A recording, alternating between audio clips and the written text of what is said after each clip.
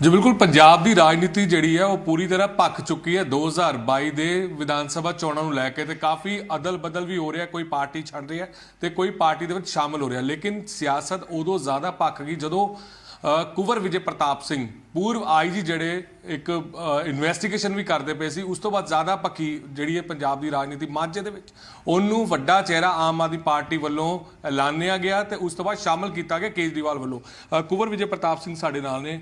Sir सबसे पहले तो आपको बहुत बहुत मुबारकबाद, पुलिस ऑफिसर थे, इन्वेस्टिगेशन की, अब पार्टी में शामिल हुए, कैसा लग रहा है कि अगला सफ़र किस तरह से तय करेंगे? पहले तो लोगों ने देखा, बखूबी देखा, हर शहर पंजाब में रहे आप। नहीं ਪਹਿਲਾਂ ਵੀ ਦੇਖੋ ਜਦੋਂ मैं नौकरी ਦੇ ਵਿੱਚ ਹੁੰਦਾ ਸੀ ਪੁਲਿਸ ਦੀ ਨੌਕਰੀ ਦੇ ਵਿੱਚ ਤਾਂ ਪਹਿਲੇ ਦਿਨ ਤੋਂ ਹੀ ਮੈਂ ਸਟਰਗਲ ਕੀਤਾ। ਸਟਰਗਲ ਕਿਉਂ? ਆਮ ਜਨਤਾ ਨੂੰ ਇਨਸਾਫ ਦਿਲਵਾਉਣ ਵਾਸਤੇ, ਕਿਉਂਕਿ ਸਾਡਾ ਜਿਹੜਾ ਸਿਸਟਮ ਹੈ ਨਾ, ਇਹ ਜਿਹੜਾ ਪੋਲੀਟੀਕਲ ਸਿਸਟਮ ਹੈ, ਲੋਕੀ ਕਹਿੰਦੇ ਨੇ ਕਿ ਪੋਲੀਟੀਕਲ ਪ੍ਰੈਸ਼ਰ ਹੈ ਜੀ, ਇਹ ਹੈ ਜੀ, ਉਹ ਹੈ ਜੀ, ਸਾਰੇ ਮਹਿਸੂਸ ਕਰਦੇ ਨੇ, ਅਫਸਰ ਵੀ ਮਹਿਸੂਸ ਕਰਦੇ ਨੇ। ਤੁਸੀਂ ਕਿਸੇ ਵੀ ਪੁਲਿਸ ਅਫਸਰ ਨੂੰ ਜਾਂ ਕਿਸੇ ਵੀ ਮਹਿਕਮੇ ਦੇ ਪੁਲਿਸ ਅਫਸਰ ਨੂੰ ਤੁਸੀਂ ਜਾ ਕੇ ਪੁੱਛ ਲਓ, ਇਹ ਸਾਰੇ ਗੱਲ ਕਰਦੇ ਨੇ ਕਿ ਇਹ ਪੋਲੀਟੀਕਲ ਪ੍ਰੈਸ਼ਰ ਹੈ ਜੀ, ਜਾਂ ਪੋਲੀਟਿਕਸ ਨੇ ਸਾਰਾ ਸਿਸਟਮ ਖਰਾਬ ਕਰ ਦਿੱਤਾ। ਲੇਕਿਨ ਜਦੋਂ ਤੁਸੀਂ ਮਹਿਕਮੇ ਦੇ ਅੰਦਰ ਹੁੰਦੇ ਹੋ, ਡਿਪਾਰਟਮੈਂਟ ਦੇ ਅੰਦਰ ਹੁੰਦੇ ਹੋ, ਕੋਈ ਵੀ ਮਹਿਕਮਾ ਹੋਵੇ, ਤੇ ਕੋਈ ਨਾ ਤਾਂ ਬੋਲ ਸਕਦਾ ਹੈ, ਉਹਨਾਂ ਨੂੰ ਇਹ ਕਰਨਾ ਪੈਂਦਾ ਹੈ। ਜੋ ਇਸ ਤਰੀਕੇ ਦੇ ਨਾਲ ਪੋਲੀਟਿਕਸ ਕਰਾਉਂਦੀ ਹੈ, ਇਹ ਸਾਰਾ ਸਿਸਟਮ ਉਸੇ ਤਰੀਕੇ ਦੇ ਨਾਲ ਚੱਲਦਾ ਹੈ। ਅਤੇ ਜੇਕਰ ਤੁਸੀਂ ਉਸ ਸਿਸਟਮ ਦੇ ਵਿੱਚ ਰਹਿ ਕੇ ਚਾਹੋ ਕਿ ਕਿਸੇ ਨੂੰ ਇਨਸਾਫ ਦਿਲਾਇਆ ਜਾਵੇ, ਤਾਂ ਉਹ ਸਿਸਟਮ ਤੁਹਾਨੂੰ ਬਹੁਤ ਪਰੇਸ਼ਾਨ ਕਰਦਾ ਹੈ। ਅਤੇ ਇਹ ਪਰੇਸ਼ਾਨੀ ਦੇਖੋ ਮੈਨੂੰ ਜਦੋਂ ਮੈਂ ASP ਸੀਗਾ ਉਦੋਂ ਤੋਂ ਹੀ ਚੱਲਦੀ ਆ ਰਹੀ ਹੈ। ਅਤੇ ਇੱਕ ਚੈਲੰਜ ਵੀ ਦੇਖੋ, ਅਸੀਂ ਜਦੋਂ ਟ੍ਰੇਨਿੰਗ ਕਰ ਰਹੇ ਸੀ ਤਾਂ ਉਦੋਂ ਸਾਨੂੰ ਇਹੀ ਸਿਖਾਇਆ ਜਾਂਦਾ ਸੀ ਕਿ ਯੂ ਹੈਵ ਟੂ ਪਰਫਾਰਮ ਔਰ you have to give your best performance in adverse circumstances. ਅਤੇ ਐਡਵਰਸ ਸਰਕਮਸਟਾਂਸਿਸ ਅਸੀਂ ਵੇਖ ਸਕਦੇ ਹਾਂ ਕਿ ਕਿਸ ਤਰੀਕੇ ਦੇ ਨਾਲ, ਇਸ ਤੋਂ ਜ਼ਿਆਦਾ ਕੀ ਹੋ ਸਕਦਾ ਹੈ। ਦੇਖੋ ਇੱਕ ਆਰਡਰ ਆ ਗਿਆ, ਠੀਕ ਹੈ, ਆਰਡਰ ਆ ਗਿਆ ਤਾਂ ਇਹ ਕਿਹਾ ਗਿਆ ਸੀ ਕਿ ਆਰਡਰ ਨੂੰ ਚੈਲੰਜ ਕਰਨਾ ਹੈ, ਅਤੇ ਇਹ ਵੀ ਕਿਹਾ ਗਿਆ ਕਿ ਆਰਡਰ ਗਲਤ ਹੈ ਜਾਂ ਉਸ ਆਰਡਰ ਦੇ ਵਿੱਚ ਖਾਮੀ ਹੈ। ਅਤੇ ਇਸ ਮਤਲਬ ਉਸ ਆਰਡਰ ਨੂੰ ਚੈਲੰਜ ਕਰਨਾ, ਉਸ ਚੀਜ਼ ਨੂੰ ਛੱਡ ਕੇ ਉਹ ਤਾਂ ਬਹੁਤ ਦੂਰ ਦੀ ਗੱਲ ਚਲੀ ਗਈ।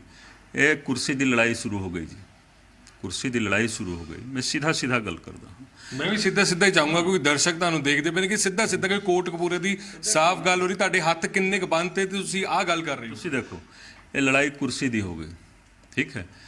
ਉਸ ਚੀਜ਼ ਨੂੰ ਜੋ ਆਰਡਰ ਆਇਆ ਸੀ, ਉਸ ਆਰਡਰ ਨੂੰ ਚੈਲੰਜ ਕਰਨਾ ਸੀ, ਇਹ ਸਾਰਿਆਂ ਨੂੰ ਪਤਾ ਸੀ, ਪ੍ਰੈਸ ਦੇ ਵਿੱਚ ਵੀ ਦਿੱਤਾ ਗਿਆ ਸੀ, ਮੈਨੂੰ ਵੀ ਵਿਸ਼ਵਾਸ ਦਿਲਾਇਆ ਗਿਆ ਸੀ।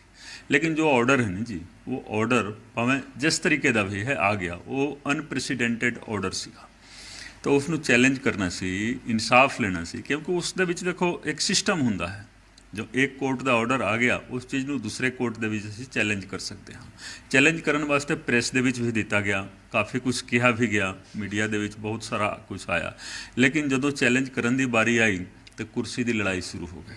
CM ਕੌਣ ਬਣੇਗਾ, CM ਕੌਣ ਰਹੇਗਾ, ਮੰਤਰੀ ਕੌਣ ਬਣੇਗਾ, ਫਿਰ ਸਰਕਾਰ ਤੇ ਕਿੰਤੂ ਪਰੰਤੂ, ਇਹਨਾਂ ਦੇ ਆਪਣੇ ਲੋਕ ਹੀ MLA ਮੰਤਰੀ, ਇਹ ਸਾਰੇ, ਕੋਈ ਵੀ ਵਿਅਕਤੀ ਇਸ ਇਸ਼ੂ 'ਤੇ ਨਹੀਂ ਗਿਆ। ਕਿਸੇ ਨੇ ਇਹ ਗੱਲ ਨਹੀਂ ਕਹੀ ਕਿ ਉਸ ਆਰਡਰ ਨੂੰ ਚੈਲੰਜ ਕਰਕੇ ਸਟੇ ਲਿਆ ਜਾਵੇ। ਇਹਨਾਂ ਨੇ ਕੀ ਕੀਤਾ, ਇੱਕ ਨਵੀਂ SIT ਬਣਾ ਦਿੱਤੀ। ਨਵੀਂ SIT ਕੁਝ ਕਰ ਨਹੀਂ ਸਕਦੀ ਹੈ। ਸਾਰਿਆਂ ਨੂੰ ਪਤਾ ਹੈ ਕਿ ਜਦੋਂ ਤੱਕ ਇਹ ਆਰਡਰ ਸਟੈਂਡ ਕਰੇਗਾ ਅਤੇ ਜੋ ਐਕਚੁਅਲ ਦੋਸ਼ੀ ਨੇ, ਵੱਡੇ ਦੋਸ਼ੀ ਜਿਹੜੇ ਨੇ, ਜਾਂ ਤੁਸੀਂ ਕਹੋ ਦੋਸ਼ੀ ਪਰਿਵਾਰ ਹੈ, ਦੋਸ਼ੀ ਪਰਿਵਾਰ ਨੂੰ ਕਦੇ ਵੀ ਮਤਲਬ ਉਹ ਕਠਗੜੇ ਦੇ ਵਿੱਚ ਨਹੀਂ ਖੜਾ ਕਰਾਇਆ ਜਾ ਸਕਦਾ ਹੈ ਜਦੋਂ ਤੱਕ ਇਹ ਆਰਡਰ ਰਹੇਗਾ। ਅਤੇ ਜੋ ਲੋਕ ਜਾ ਕੇ ਦਿੱਲੀ ਦੇ ਵਿੱਚ ਜਮਾਵੜਾ ਹੋਇਆ ਇਹਨਾਂ ਦੇ ਲੀਡਰਾਂ ਦਾ, ਇਹ ਕੀ ਹੈ? ਇਹ ਪੋਲੀਟਿਕਸ ਨਹੀਂ ਹੈ। ਅਤੇ ਸੈਂਟੀਮੈਂਟਸ ਉਹਨਾਂ ਦੀ ਪਾਰਟੀ ਤੋਂ ਕਹਿੰਦੇ ਸਾਡਾ ਅੰਦਰੂਨੀ ਮਾਮਲਾ ਹੈਗਾ ਕਿ ਪਾਰਟੀ ਜਿਹੜੀ ਹੈ ਉਹ ਲੈਵਲ 'ਤੇ ਆਪਣੇ ਸਾਰੇ। ਤੁਸੀਂ ਮੈਨੂੰ ਪੁੱਛੋ, ਇਹ ਅੰਦਰੂਨੀ ਮਾਮਲਾ ਨਹੀਂ ਹੈ। ਪਾਰਟੀ ਮਾਮਲਾ ਕੀ ਹੈ? ਮੇਰੀ ਗੱਲ ਸੁਣੋ, ਇਹ ਕੁਰਸੀ ਦੀ ਲੜਾਈ ਹੈ। ਕੁਰਸੀ ਦੀ ਲੜਾਈ ਅੰਦਰੂਨੀ ਮਾਮਲਾ ਨਹੀਂ ਹੁੰਦਾ ਹੈ। ਜਦੋਂ ਤੁਸੀਂ ਪਬਲਿਕ ਲਾਈਫ ਦੇ ਵਿੱਚ ਆ ਗਏ ਨਾ, ਤਾਂ ਤੁਸੀਂ ਪਬਲਿਕ ਦੇ ਮਤਲਬ ਤੁਸੀਂ ਉਸ ਦੇ ਆਈਨੇ ਦੇ ਵਿੱਚ ਆ ਗਏ। ਆਈਨੇ ਦੇ ਵਿੱਚ ਜਦੋਂ ਆ ਗਏ ਤਾਂ ਪਬਲਿਕ ਹਰ ਚੀਜ਼ ਤੁਹਾਨੂੰ ਦੇਖ ਰਹੀ ਹੈ। ਤਾਂ ਪਬਲਿਕ ਡਿਊਟੀ ਤੁਸੀਂ ਪਰਫਾਰਮ ਕਰੋ। ਜਦੋਂ MLA ਬਣ ਗਏ, ਮੰਤਰੀ ਬਣ ਗਏ, ਤਾਂ ਇਹ ਤੁਹਾਡਾ ਅੰਦਰੂਨੀ ਮਸਲਾ ਨਹੀਂ ਹੈ, ਠੀਕ ਹੈ। ਇਹ ਤੁਸੀਂ ਪਬਲਿਕ ਡਿਊਟੀ ਪਰਫਾਰਮ ਕਰ ਰਹੇ ਹੋ, ਇਹ ਅੰਦਰੂਨੀ ਮਸਲਾ ਨਹੀਂ ਹੈ ਇਹ ਨੌਟੰਕੀ ਹੋ ਰਹੀ ਹੈ, ਨਾਟਕ ਹੋ ਰਿਹਾ ਹੈ, ਇਹ ਕਨਸਟੀਟਿਊਸ਼ਨਲ ਪ੍ਰੋਵੀਜ਼ਨਸ ਨੇ ਉਸ ਦੇ ਨਾਲ ਸਿੱਧਾ ਸਿੱਧਾ ਖਿਲਵਾੜ ਹੋ ਰਿਹਾ ਹੈ। ਤਾਂ ਅੰਦਰੂਨੀ ਮਸਲਾ ਇਸ ਤਰੀਕੇ ਦੇ ਨਾਲ ਨਹੀਂ ਚੱਲਣਾ ਚਾਹੀਦਾ ਹੈ ਜਿਸ ਦੇ ਨਾਲ ਸਟੇਟ ਨੂੰ ਤੇ ਪਬਲਿਕ ਨੂੰ ਪਰੇਸ਼ਾਨੀ ਹੋਵੇ। ਕੱਲ ਹੋ ਕੇ ਦੇਖੋ, ਮੁੱਦਾ ਤਾਂ ਫੇਰ ਉਹੀ ਹੈ ਨਾ ਕਿ ਜਿਹੜੇ ਉਹ ਬਰਗਾੜੀ ਦੇ ਕੋਟਪੂਰਾ ਦੇ ਦੋਸ਼ੀ ਨੇ ਉਹ ਸਲਾਖਾ ਪਿੱਛੇ ਪਹੁੰਚਣ। ਮੁੱਦਾ ਤਾਂ ਫੇਰ ਉਹੀ ਅੱਜ 2022 ਦੇ ਵਿੱਚ ਵੀ ਉਹੀ ਮੁੱਦਾ ਆ ਕੇ ਖੜਾ ਹੋ ਗਿਆ, 2017 ਦੇ ਵਿੱਚ ਵੀ ਹੋਏਗਾ। ਤੇ ਤੁਹਾਡੇ ਹੱਥ ਕਿੰਨੇ ਬੰਨੇ ਸੀਗੇ? ਤੁਸੀਂ ਹਮੇਸ਼ਾ ਇਹ ਗੱਲ ਕਰਦੇ ਹੋ ਮੇਰੇ ਹੱਥ ਬੰਨੇ ਸੀਗੇ। ਮੈਂ ਇਸ ਚੀਜ਼ ਨੂੰ, ਇਹ ਮੁੱਦਾ ਜਦੋਂ ਤੱਕ ਇਨਸਾਫ ਨਹੀਂ ਦਿਲਾਇਆ ਜਾਏਗਾ ਨਾ ਇਸ ਕੇਸ ਦੇ ਵਿੱਚ, ਮੈਂ ਪਹਿਲਾ ਦਿਨ ਤੋਂ ਹੀ ਜਿਸ ਦਿਨ ਇਨਵੈਸਟੀਗੇਸ਼ਨ ਸਟਾਰਟ ਕੀਤੀ, ਤੁਹਾਡੇ ਕੋਲ ਇੰਨੀ ਦੇਰ ਇਨਵੈਸਟੀਗੇਸ਼ਨ ਕੀਤੀ, ਪੂਰੀ ਹੋ ਲੈਣ ਦਿਓ। ਜਦੋਂ ਮੈਂ ਸਟਾਰਟ ਕੀਤਾ ਸੀ ਨਾ ਇਨਵੈਸਟੀਗੇਸ਼ਨ, ਉਦੋਂ ਹੀ ਮੈਂ ਕਿਹਾ ਸੀ ਕਿ ਜੇਕਰ ਇਨਸਾਫ ਹੋ ਗਿਆ ਫਿਰ ਤਾਂ ਠੀਕ ਹੈ, ਇਨਸਾਫ ਜੇਕਰ ਡਿਨਾਈ ਹੁੰਦਾ ਹੈ ਕਿਸੇ ਵੀ ਰੂਪ ਦੇ ਵਿੱਚ ਤੇ ਇਹ ਮਸਲਾ 400 ਸਾਲ ਤੱਕ ਚੱਲੇਗਾ ਪੰਜਾਬ ਦੇ ਵਿੱਚ। ਠੀਕ ਹੈ ਕਿ ਨਹੀਂ? ਕਿਉਂ? ਪੰਜਾਬ ਜੋ ਸਟੇਟ ਹੈ, ਇੰਡੀਆ ਦੇ ਹਰ ਸਟੇਟ ਨੂੰ ਤੁਸੀਂ ਦੇਖੋਗੇ ਕਿਸੇ ਨਾ ਕਿਸੇ ਰੂਪ ਦੇ ਵਿੱਚ ਡਾਈਵਰਸਿਟੀ ਹੈ। ਤਾਂ ਹੀ ਅਸੀਂ ਕਹਿੰਦੇ ਹਾਂ ਕਿ ਯੂਨਿਟੀ ਇਨ ਡਾਈਵਰਸਿਟੀ। ਤਾਂ ਉਸ ਮੇਰੀ ਗੱਲ ਪੂਰੀ ਹੋ ਲੈਣ ਦਿਓ। ਉਸ ਡਾਈਵਰਸਿਟੀ ਦੀ ਕਦਰ ਹੋਣੀ ਚਾਹੀਦੀ ਹੈ।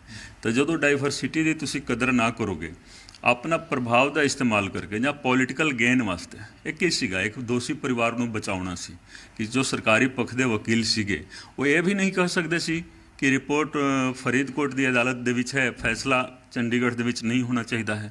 ਤੇ ਜੇਕਰ ਫੈਸਲਾ ਚੰਡੀਗੜ੍ਹ ਦੇ ਵਿੱਚ ਕਰਨਾ ਹੈ ਤਾਂ ਤੁਸੀਂ ਉਸ ਰਿਪੋਰਟ ਨੂੰ ਮੰਗਾਓ, ਕੰਪਲੀਟ ਰਿਪੋਰਟ ਨੂੰ ਮੰਗਾਓ ਨਾ। ਇੱਕ ਸਿਨੋਪਸਿਸ ਪੜ੍ਹ ਕੇ ਤੁਸੀਂ ਫੈਸਲਾ ਕਿਸ ਤਰ੍ਹਾਂ ਕਰਾ ਸਕਦੇ ਹੋ? ਠੀਕ ਹੈ ਕਿ ਨਹੀਂ? ਸਿਨੋਪਸਿਸ ਦੇ ਉੱਤੇ ਬਹਿਸ ਨਹੀਂ ਹੋ ਸਕਦੀ ਹੈ, ਕੰਪਲੀਟ ਐਵੀਡੈਂਸ ਦੇ ਉੱਤੇ ਬਹਿਸ ਹੋ ਸਕਦਾ ਹੈ। ਤਾਂ ਮੈਂ ਬਾਰ-ਬਾਰ ਸਰਕਾਰੀ ਵਕੀਲਾਂ ਨੂੰ ਇਹ ਕਹਿੰਦਾ ਸੀ ਕਿ ਤੁਸੀਂ ਇਹ ਜ਼ਰੂਰ ਤੁਸੀਂ ਰਿਕੁਐਸਟ ਕਰੋ ਕਿ ਜੋ ਕੰਪਲੀਟ ਰਿਪੋਰਟ ਹੈ, ਕੰਪਲੀਟ ਐਵੀਡੈਂਸ ਹੈ, ਤੁਸੀਂ ਲੈ ਕੇ ਆਓ। ਠੀਕ ਹੈ? ਇੱਕ ਸਿਨੋਪਸਿਸ ਦੇ ਆਧਾਰ ਦੇ ਉੱਤੇ ਫੈਸਲਾ ਕਰਾਇਆ ਗਿਆ। ਠੀਕ ਹੈ? ਦੂਸਰਾ, ਮੈਂ ਅੱਜ ਵੀ ਕਹਿ ਰਿਹਾ ਕਿ ਤੁਸੀਂ ਜੇਕਰ ਰਿਪੋਰਟ ਦੇ ਵਿੱਚ ਕੋਈ ਕਮੀ ਹੈ, ਤੁਸੀਂ ਵਿਧਾਨ ਸਭਾ ਦੇ ਵਿੱਚ ਬਹਿਸ ਕਰਾਓ ਨਾ, ਬਜਾਏ ਕਿ ਦਿੱਲੀ ਜਾ ਰਹੇ ਹੋ ਕੁਰਸੀ ਦੀ ਲੜਾਈ ਦੇ ਵਿੱਚ। ਤਾਂ ਤੁਸੀਂ ਵਿਧਾਨ ਸਭਾ ਦਾ ਸੈਸ਼ਨ ਬੁਲਾਓ, ਉੱਥੇ ਬਹਿਸ ਕਰਾਓ, ਪਤਾ ਲੱਗੇਗਾ ਕਿ ਜੋ ਰਿਪੋਰਟ ਦੇ ਵਿੱਚ ਗੱਲ ਲਿਖੀ ਹੋਈ ਹੈ ਉਸ ਦੇ ਵਿੱਚ ਸੱਚਾਈ ਹੈ ਕਿ ਨਹੀਂ ਹੈ, ਉਹ ਹਾਈਪੋਥੈਟੀਕਲ ਹੈ ਕਿ ਬੇਸਡ ਔਨ ਐਵੀਡੈਂਸ ਹੈ। ਇੱਕ ਲਾਈਨ ਜੋ ਹੈ ਨਾ एविडेंस के आधार पर लिखी हुई है, वो एविडेंस तो फरीदकोट की सैशन अदालत के विच है। दूसरी गल मैं कहूँगा कि जदों प्रोसैस जो ड्यू प्रोसैस ऑफ लॉ की हुंदा है, चलान हो गया, असी रिपोर्ट तो कित्थे दित्ती सी, असी फरीदकोट की जिला अदालत दे विच दित्ती सी। ते चलान जदों उत्थे फाइल हो गया तो ट्रायल होना सी। ट्रायल होने तो बाद तुसी देख सकते सी जो जिन्हां ने नूं सज़ा होनी सी सज़ा हो सकती सी, जो बरी होने सी वो बरी हो सकते सी। ये प्रेरोगेटिव है जी ट्रायल कोर्ट का, सारा एविडेंस देखने तो बाद। लेकिन इस तरीके का ये पहला ऑर्डर आया है तो उस दे विच सरकारी पक्ष का मतलब मैं यही कहांगा कि रोल वधिया नहीं रहा। ठीक है? जो प्रोसैस ऑफ लॉ है, ड्यू प्रोसैस ऑफ लॉ है, उस चीज़ ਨੂੰ ਡਿਨਾਈ ਕੀਤਾ ਗਿਆ ਹੈ। ਕੌਣ ਕਰਵਾ ਰਿਹਾ ਸੀ? ਤੁਸੀਂ ਕਾਂਗਰਸ ਪਾਰਟੀ ਦੇ ਦੌਰਾਨ ਜਿਹੜਾ ਸਾਰੀ ਸੇਵਾਵਾਂ ਕੀਤੀਆਂ, ਸਾਰਾ ਜ਼ੋਰ ਜਿਹੜਾ ਪਾਰਟੀ ਵੱਲੋਂ ਲਗਾਇਆ ਗਿਆ ਸੀ। ਬਿਕਰਮਜੀਤ ਸਿੰਘ ਮਜੀਠੀਆ ਕਹਿੰਦੇ ਨੇ ਤੁਹਾਡਾ ਨਾਰਕੋ ਟੈਸਟ ਹੋਣਾ ਚਾਹੀਦਾ। ਕਹਿੰਦੇ ਮੈਂ ਤਾਂ 3 ਮਹੀਨੇ ਪਹਿਲਾਂ ਹੀ ਜਿਹੜਾ ਉਹ ਕਹਿ ਦਿੱਤਾ ਸੀਗਾ, 3 ਮਹੀਨੇ ਪਹਿਲੇ ਕਹਿਤਾ ਸੀ ਪ੍ਰੈਸ ਕਾਨਫਰੰਸ ਦੇ ਵਿੱਚ ਕਿ ਆਮ ਆਦਮੀ ਪਾਰਟੀ ਸ਼ਾਮਲ ਹੋਣ ਜਾ ਰਹੀ ਹੈ। देखो, मैं किसी का नाम नहीं लेंदा हूँ, ठीक है कि नहीं? वो भविख वक्ता है क्या है? फॉर्चून टेलर है ना कि उन्होंने सारा पता है। तो कि किसी के प्यू की जगीर है राजनीति? किसी के भी प्यू की जगीर नहीं है। राजनीति के विच कोई भी आ सकता है। ठीक है? तो कोई भी मान लो एक जनरल डायर हुंदा सी, उसनूं सन्मानित भी किया इन्होंने, उसनूं डिनर भी कराया इन्होंने है। तो जो बोल रहे हैं ये इन्हों का संस्कार बोल रहा है, माँ प्यू ने इन्हों जो सिखाया है ना वो चीज़ बोल रहे हैं। असी वो राजनीति नहीं करनी है, राजनीति ਨੂੰ क्लीन कर देना है। ਇਹਨਾਂ ਵਰਗੇ ਜਿਹੜੇ ਲੋਕ ਨੇ ਇਹ ਭੱਜ ਜਾਣਗੇ, ਉੱਥੇ ਭੱਜ ਜਾਣਗੇ ਜਿੱਥੋਂ ਆਏ ਨੇ। ਠੀਕ ਹੈ ਨਾ? ਲੇਕਿਨ ਉਹ ਤਾਂ ਕਹਿੰਦੇ ਨੇ ਕਿ ਕੁਵਰ ਵਿਜੇ ਪ੍ਰਤਾਪ ਸਿੰਘ ਤੇ ਪਰਚਾ ਵੀ ਦਰਜ ਹੋਣਾ ਚਾਹੀਦਾ। ਮੇਰੀ ਗੱਲ, ਪਰਚਾ ਤਾਂ ਅਸੀਂ ਕਰਾਂਗੇ ਜੀ, 2000 ਪਰਚੇ ਉਸ ਵਿਅਕਤੀ ਤੇ ਹੋਣਗੇ, 2000 ਪਰਚੇ ਹੋਣਗੇ। ਉਹ ਭੱਜ ਜਾਏਗਾ ਜਾਂ ਜੇਲਾਂ ਦੇ ਵਿੱਚ ਸੜੇਗਾ, ਤਾਂ ਜਿੰਨੀ ਵੀ ਉਹਦੀ ਉਮਰ ਹੈ ਨਾ ਉਹ ਜੇਲਾਂ ਦੇ ਵਿੱਚ ਸੜੂਗਾ ਜੀ, ਤੁਸੀਂ ਦੇਖ ਲੈਣਾ। ਇਸ ਕਰਕੇ ਉਹਦੀ ਗੱਲ ਤੁਸੀਂ ਨਾ ਕਰੋ, मैं क्लीयर कर दी थी। मेरी गल सुनो, दोबारा वो गल ना करो। वो अपने परिवार के संस्कार नू बोल रहा है, जो उसके माँ प्यू ने सिखाया है, जो जनरल डायर नू सिरोपा दिलवाया, जनरल डायर नू उसके परिवार ने डिनर करवाया, वो चीज़ बोल रहा है। तो उस बंदे की गल ना करो। मैं इन्हों लीडर नहीं समझता हूँ। ठीक है? इन्हों की गल ही नहीं करनी है। जे अगर गल करनी है तो मेरा इंटरव्यू नहीं बिल्कुल मैं समझ गया। लेकिन हुण मैं ये भी गल कहना, हुण तुसीं एक खुद राजनेता बन गए हो, कल नूं वड्डे लीडर बन सकदे हो। जदों किसी दे आरोप लगदा है, देखो मैं राजनीति की गल ही नहीं कर रहे हाँ। राजनीति सानूं नहीं आउंदी, ना ही असीं सिखनी चाहुंदे हाँ। लेकिन जो असीं करांगे राजनीति, उस दे विच बच्चा ਉਸ ਦੇ ਵਿੱਚ ਹਰ ਨਾਗਰਿਕ ਸ਼ਾਮਿਲ ਹੋਗਾ। ਰਾਜਨੀਤੀ ਨੂੰ ਇੱਕ ਨਵੀਂ ਡੈਫੀਨੇਸ਼ਨ ਮਿਲਣੀ ਹੈ। ਨਹੀਂ ਕੋਲ ਮੈਂ ਸਮਝਦਾ, ਮੈਂ ਸਾਰੀ ਜਦੋਂ ਤੁਸੀਂ ਪੁਲਿਸ ਆਫੀਸਰ ਸਵਾਲ ਦੇਖੋ, ਮੇਰਾ ਸਵਾਲ ਕੱਟ ਦੋਗੇ ਤਾਂ ਨਹੀਂ ਮੈਂ ਸਵਾਲ ਨਹੀਂ ਕਰਨਾ, ਮੈਨੂੰ ਇੰਟਰਵਿਊ ਨਹੀਂ ਦੇਣਾ ਹੈ ਜੀ। ਬੋਲੋ ਤੁਸੀਂ, ਜੇਕਰ ਤੁਸੀਂ ਸਵਾਲ ਨਹੀਂ ਤੁਸੀਂ ਬੋਲੋ, ਤੁਸੀਂ ਬੋਲੋ, ਜਵਾਬ ਤੁਸੀਂ ਕੱਟ ਦੋਗੇ। ਬਿਲਕੁਲ ਨਹੀਂ, ਜਵਾਬ ਨਹੀਂ ਕੱਟੇ, ਜੋ ਤੁਸੀਂ ਬੋਲਿਆ ਖੁੱਲਾ ਬੋਲੋ। ਹਾਂ ਖੁੱਲਾ ਤੁਸੀਂ ਲਓ।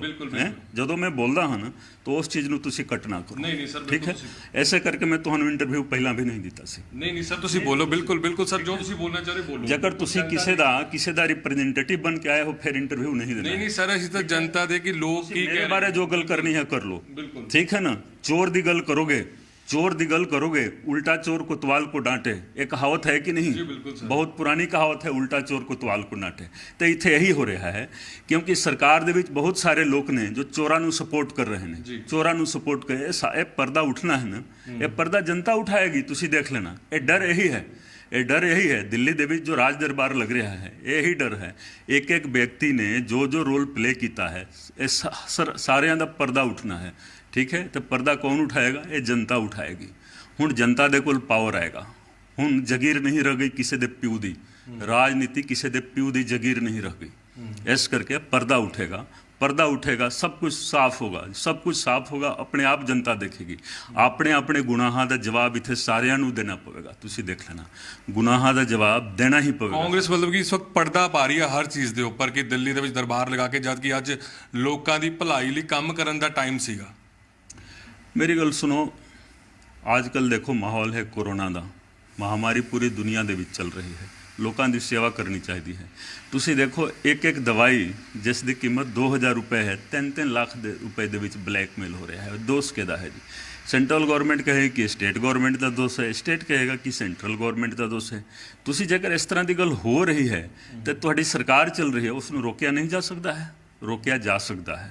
तो जिसनूं दवाई की लोड़ है उसनूं दवाई दो, फ्री दे विच दवाई दो। ये जनता है, टैक्स पे कर रही है। इस जनता के बिहाफ तो ही कोई सरकार चला रहा है या किसी पार्टी की सरकार चल रही है, तो उस चीज़ नूं अंदरूनी मसला नहीं कहांगे। इस चीज़ नूं छड्ड के तुसीं जाके उधर लड़ाई लड़ रहे हो कि फलाने नूं हटा दो, फलाने नूं CM लगा दो, ये सब चीज़ नहीं है। असी कदे भी कैप्टन अमरिंदर सिंह की शिकायत नहीं की, उन्होंने बारे कदे भी असी लूज टॉक नहीं की। ठीक है, अगला चीफ मिनिस्टर है, चीफ मिनिस्टर की कुर्सी पर बैठा हुआ है, वक्त माड़े चल रहे हैं। मैं यही कहूँगा कि सारे उनकी सपोर्ट कर दे, चीफ मिनिस्टर की सपोर्ट कर दे। ठीक है कि नहीं? भावें चंगा काम हो रहा है, माड़ा काम हो रहा है, कुर्सी की लड़ाई नहीं होनी चाहिए सी, सपोर्ट होनी चाहिए सी। तो जेकर कोई भी चीज़ परेशानी है, कोरोना की परेशानी है, सब कुछ है, वो सब चीज़ करना चाहिए सी। ऑर्डर आ गया कोटकपूरा केस दे विच, उसनूं किसी भी लीडर नूं दसो, कोई गया जाके उन्होंने कहा कि तुसी